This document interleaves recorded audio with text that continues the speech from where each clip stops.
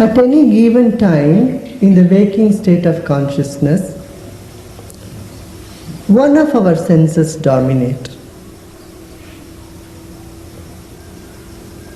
Sight, smell, touch, hearing, sound, or taste.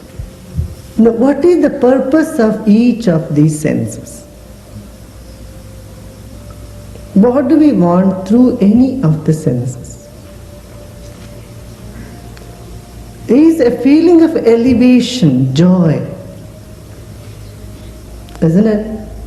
Only when something is joyful, you would like to look at it. Something doesn't give you, it's not pleasing to you, doesn't give you joy, then why do you want to look at it? You don't, right? Same thing in music, nice music, you like to listen to it. Food, that gives you some satisfaction, joy. Tasting food, you go for it. We live 3 states of consciousness, whether we like it or not. It's a routine. What are they? Waking, dreaming, and sleeping. In waking state, we experience the world through the 5 senses.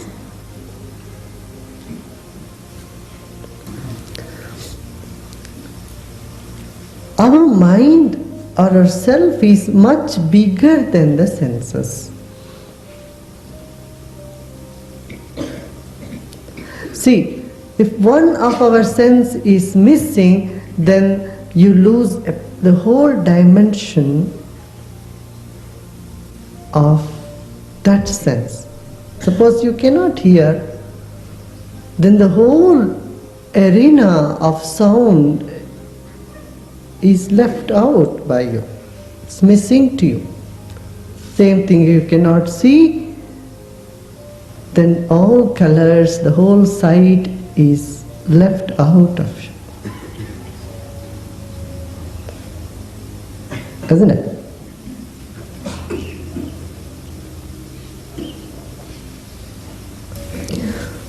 So, the senses are more important or much bigger than the object of the senses. Now each element is connected with these senses. How taste is connected with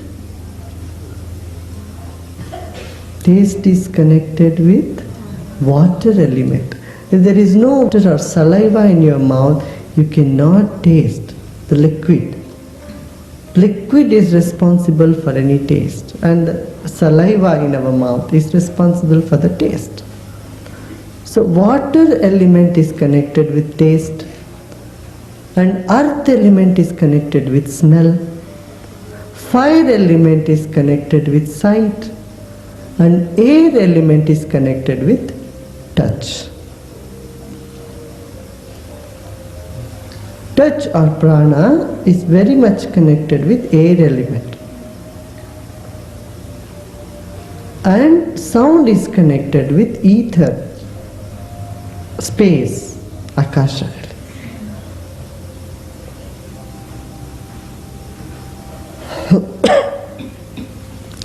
Now, the senses are more powerful than the objects of senses.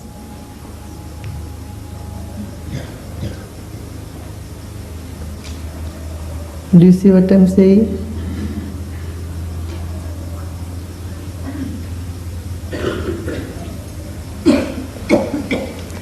When you really want blanket, or when you're cold at night, you're sleeping, you want a soft blanket, you put on the blanket.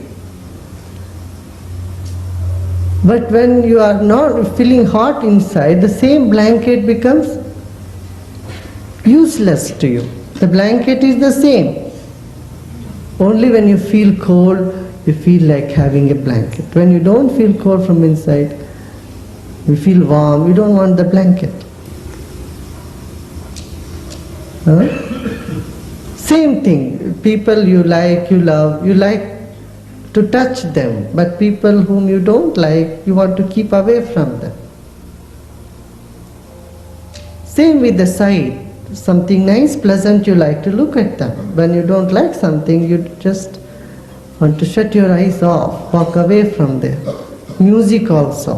When somebody is snoring, you like to put earplugs on. But if the same wind is coming through a flute and it's so harmonious, it's the same breath, you see, the same wind. Somebody is making their nose a flute or someone is playing through the mouth, through their lips. Sound comes. When one way it is disharmony, there is just comes haphazard. But in another way, through the flute, the same breath is flowing, regulated. You feel very pleasant, you hear it and sleep with it. So more than the sense object, senses are of importance. Now more than the sense is our mind, because our senses have a limitation to enjoy. They have limited capacity. How much can you see? How much can you touch? How much can you smell? How much can you hear? Because each sense gets tired within short period. However beautiful a sight is, a view is, you cannot go on looking at it. In a short while the eyes close and you want to get back to yourself. Because every experience is expense. That's what we spend. Spend our energy. So more than that, the mind is infinite. Its desires are in more. But the capacity to enjoy by the senses are little, are small. This imbalance in the system will remain. See, greed is what? Greed is, you want more and more object. How much can you eat? You can only eat that much chocolate. But the greed is what? Okay, I will have all the chocolate. How much money can you spend in your whole lifetime? A limited amount. But greed is what? Oh, I will have plenty of it. What you will do with plenty? Nothing. You will keep in bank and die. And somebody behind you will fight for that money you have left over. This is what is happening in the world. Giving too much importance to the objects creates greed. Giving too much importance to the sense creates lust. Giving too much importance to the mind and its desire creates delusion. We hang on to the concepts in the mind and we think, oh, this is a very old concept. I want this way, I want this way, I want that way. So your imaginations, your concepts in the mind, they clog you from experience of the infinite consciousness that we have.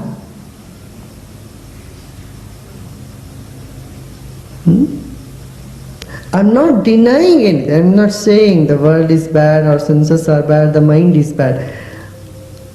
This is what is called vivek, to discriminate, to know what is happening. Oh, this, and then a clarity dawns within you. That is the first step of higher states of consciousness, wherein we don't just live in waking, dreaming and sleeping. Waking state, we experience, and the collected experience in the dream state come about, they manifest in dream, and in deep sleep is the only time where we get really good rest. Now, there is a fourth state of consciousness which we all know by our meditation, which was neither waking, nor dreaming, nor sleeping, but something in between, wherein we know we are, but we do not know where we are. Do you see what I am saying? This knowledge of I am here, but I don't know where I am, what I am, but I am. This is the fourth state, a glimpse of it, which gives deep rest. the deepest possible rest you could ever have. The mind becomes so fresh and delicate and beautiful. Just taking a dip into the fourth state. That fourth state is what is called Shiva.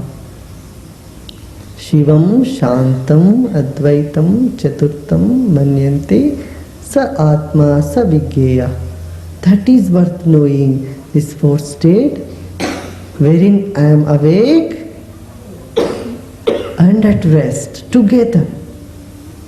What we do when we are awake, in waking state of consciousness, we engage ourselves constantly in activity, either eating or looking or seeing or smelling or hearing, continuously giving job to the senses. Or when we are asleep, we are completely cut off. We are so dull. The dullness and heaviness just dawns. It lingers on even after you wake up.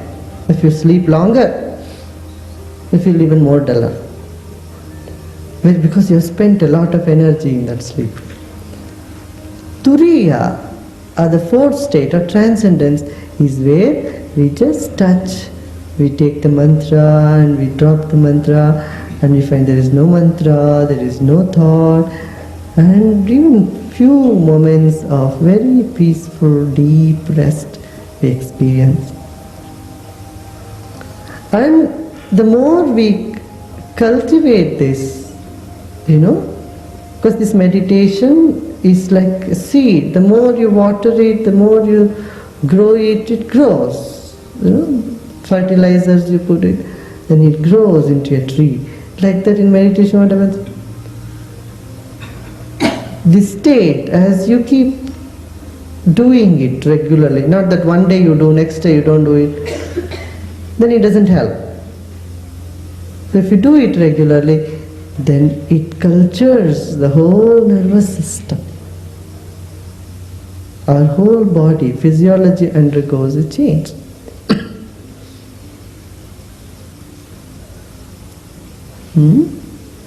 And every cell of our body gets filled with prana. And more prana we are filled with, we are the bubbling joy, bubbling love.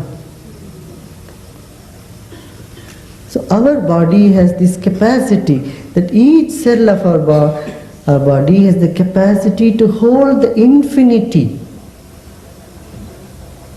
Not just limitations, not just live like a worm. The worm also eats and sleeps and does its activity. There's no point in doing that. Utilize the full potential that the nature has bestowed in our system to hold this infinity in every cell of our body. For that we need to do the practices regularly. Few minutes it takes. Once it gets set in our routine, we feel fine about it. It's not a burden, it's not, I have to do something. No, when we do that, it gives more time to our life. It feels just right.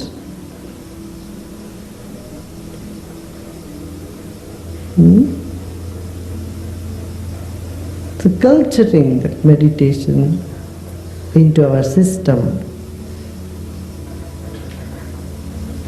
is normal.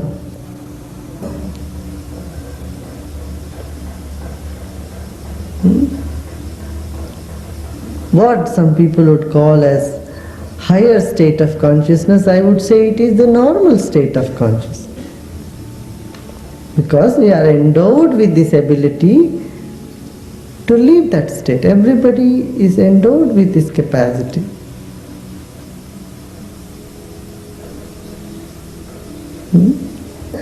Two things happen here. One is it prevents from stresses to come into the system. Another thing, deep-rooted stresses in the system are let out. Simultaneously, they start happening. And we tap the source that we are, that joy, that you are joy, you are happy, fulfilled, And when you're happy, fulfilled, then what happens as this state cultures more and more, anything you see, you feel, you look, you enjoy in the world becomes more intense and more beautiful. Then each one of your senses do all the other jobs. It's not like you're just looking, you're not just looking, you're also hugging, you're also smelling, each one of the senses will do all the other.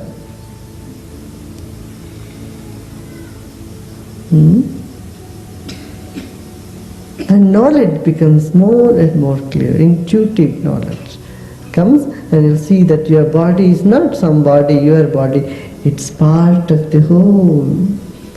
It's part of this entire creation, and creation is part of you. You are part of the creation. So when the fourth state becomes more and more and more in daily life, then fifth state of consciousness dawns, which one calls cosmic consciousness, means being aware of the whole cosmos as part of oneself.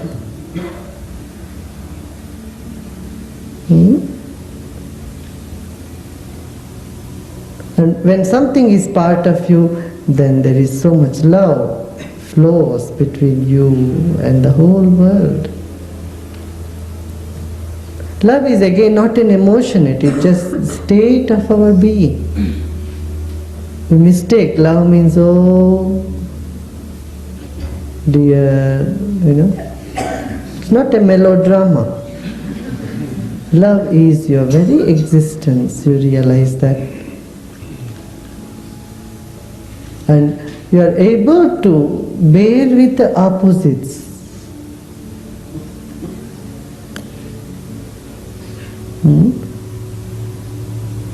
So even something disturbs you, you get upset or angry or disappointed, disgusted, all these fleeting emotions, they just come for a few seconds and they go away.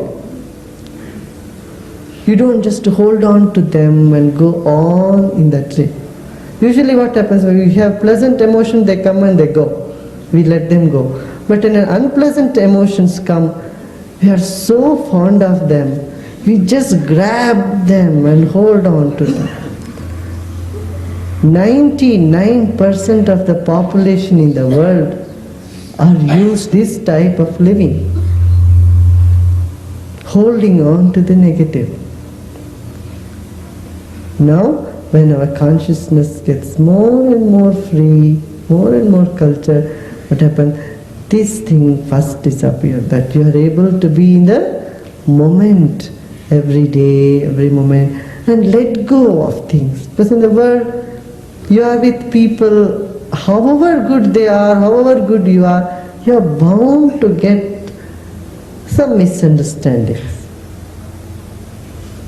In any relationship, this comes up.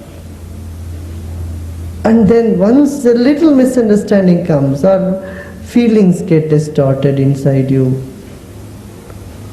then the whole horde of things follow them.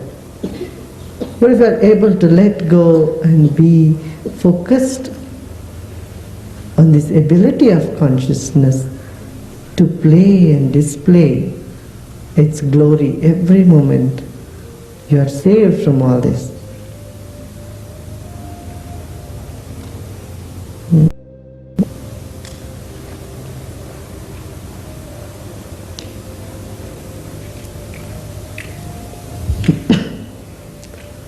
In higher states of consciousness is where the normal state, the intuitions develop, the ability to see, perceive, all this happens.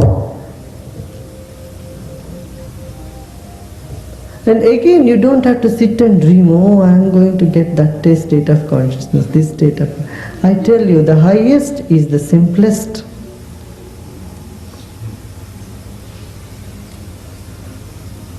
All that we need to do is to let go, learn to let go.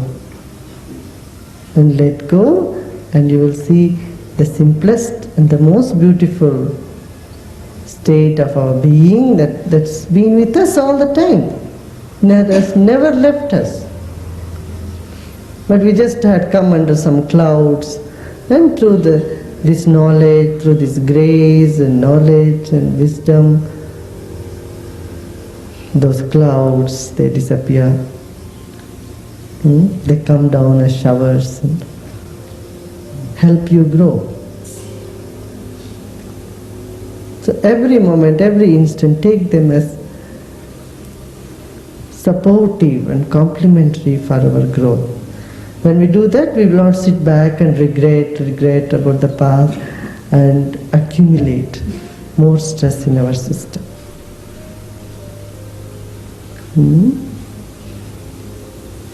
Now, another thing is about the knowledge. We have an idea that higher state of consciousness, somebody in higher state should be knowing everything all the time.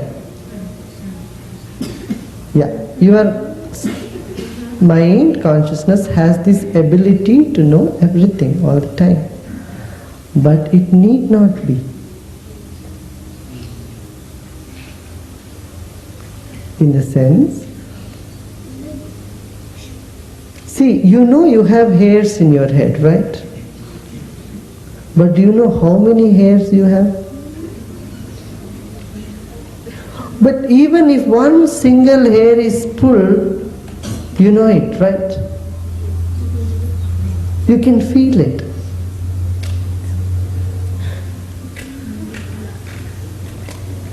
So, you know there are so many hairs, but you don't know how many. But even if one hair is in trouble or pulled, you can very well feel it, you know it. The same is with our consciousness.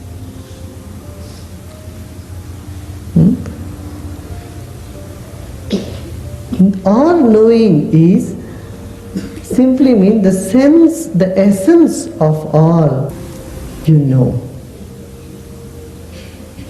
And then you have the ability to know various different things. Here both knowledge and ignorance stays together. Are you getting what I'm saying? So suppose you are playing a game. In a play, if you know the result beforehand, would the play be interesting? No, isn't it? If you know the result of a game, then you won't play sincerely. Because anyway you know you are going to fail, then or win or lose. In either case, whatever may be the result, your knowledge about the game takes the charm, joy out of that game. So, not knowing makes a play real, sincere, and lot of fun. Do you see what I'm saying? Suppose you are friends with somebody and you know that friend is going to let you down after 10 years. You won't be friends with them today. Right? And if everything in life is so smooth, there will be no events happening. There will be no fun. Do you see what I'm saying? Fun or joy of a story is in its suspense. If you know the end of the story, even before you begin the story, then there is no fun at all. Same thing in this world. This entire universe, our human life, is a drama, is a fun. Okay, you can know something about the future. Doesn't matter, but take it light and easy. Because the director can anytime change anything. any act of the play. What is so big about this one life? One life is nothing, just 80 years, 60, 70, 80 years. What is it? You have had so many such coming in this world. So many bodies. You have done so many things. Just see from this angle, see that one life is nothing. It's very small time. When you can realize this, when you can feel this, you'll see you'll not be bothered by a little thing here and there. Because every up, every down is all for making your life more wonderful, joyful. Make the play interesting. If not for you, at least for somebody else.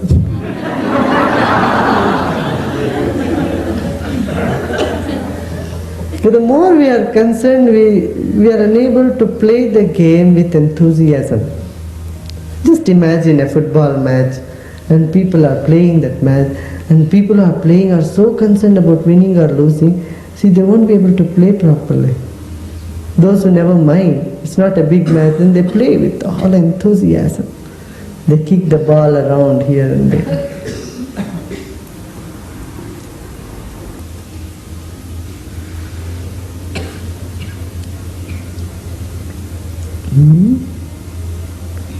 When we open ourselves to the consciousness, to that moment, in any particular moment, what is happening at this moment in the world, enormous activity is happening.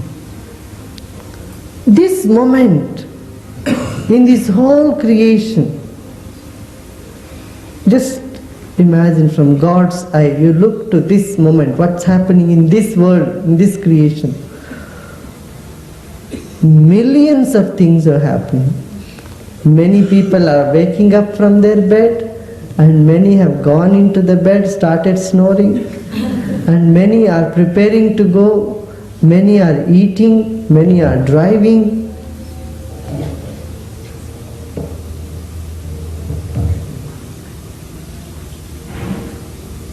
No?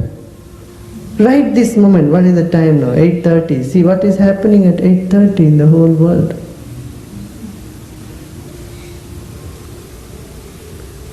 Enormous activity is happening. Many frogs are there, many chickens are hatching from their eggs. Right? Many mosquitoes are being born, and many are being liberated.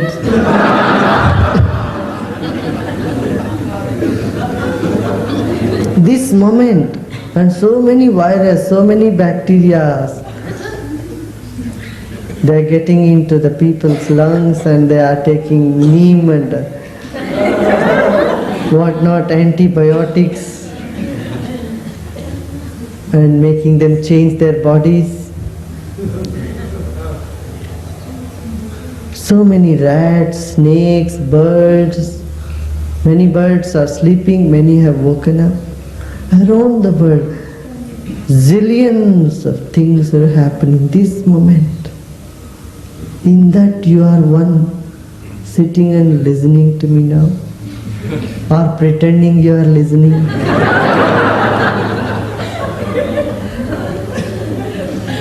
Mind could be elsewhere.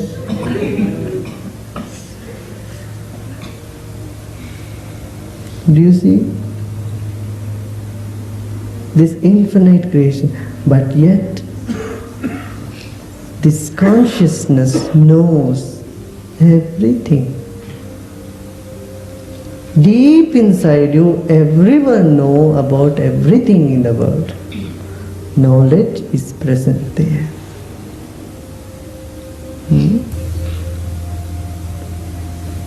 You can demonstrate it here and there.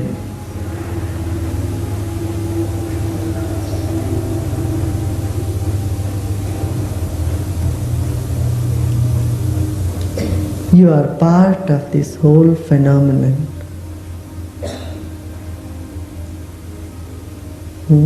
So there is no division in the world. This is spiritual life, this is material life, this is this life. It's all one life. And regarding life is spiritual life. Reverence to life in this planet is spiritual life. Life becomes more important than matter. Your values are more important to you. You grow in them, then you are leading a life which is worth living, for which we are born. No? You think so? And the simple techniques of meditation will help you, and you continue practicing it few days, and now and then go for a retreat for 4-5 days, at least twice a year, everyone, or thrice a year. Take a little silence, go deeper into meditation. You'll find to your whole system, physically, mentally, spiritually, elevated. Elevated to that highest which is already present. Don't imagine, think someday high state of consciousness is going to drop on your head from the heaven. It's not going to happen. It's just the unfolding. The little sapling in you, it needs more water every day. More water, more manure, good sunlight, it will start growing. Here you will see there are some coconut palms, some palm trees which would yield in 3 years. There are some other palm trees which will take 10 years to yield. And if you don't put proper manure, they will never yield. They will be, for 50 years they will simply be there. So this knowledge and practice, both together. It's not just you do practice and when you wake up from the practice, you find a gap between your practice and the world. Then there is conflict. Bring them all together in life. Practice, understanding, knowledge. All together can make our life beautiful. So growing in higher states of consciousness, you will see that you are not easily gullible or thrown out of your balance by different situations, events and disturbances. Makes you more strong and beautiful, soft, delicate, blossom. Still accommodate all the opposite values. Jai Jai Radha Ramana Hari Bol. Jai Jai Radha Ramana Hari Bol. Hari Bol. Jai Jai Radha Ramana Hari Bol.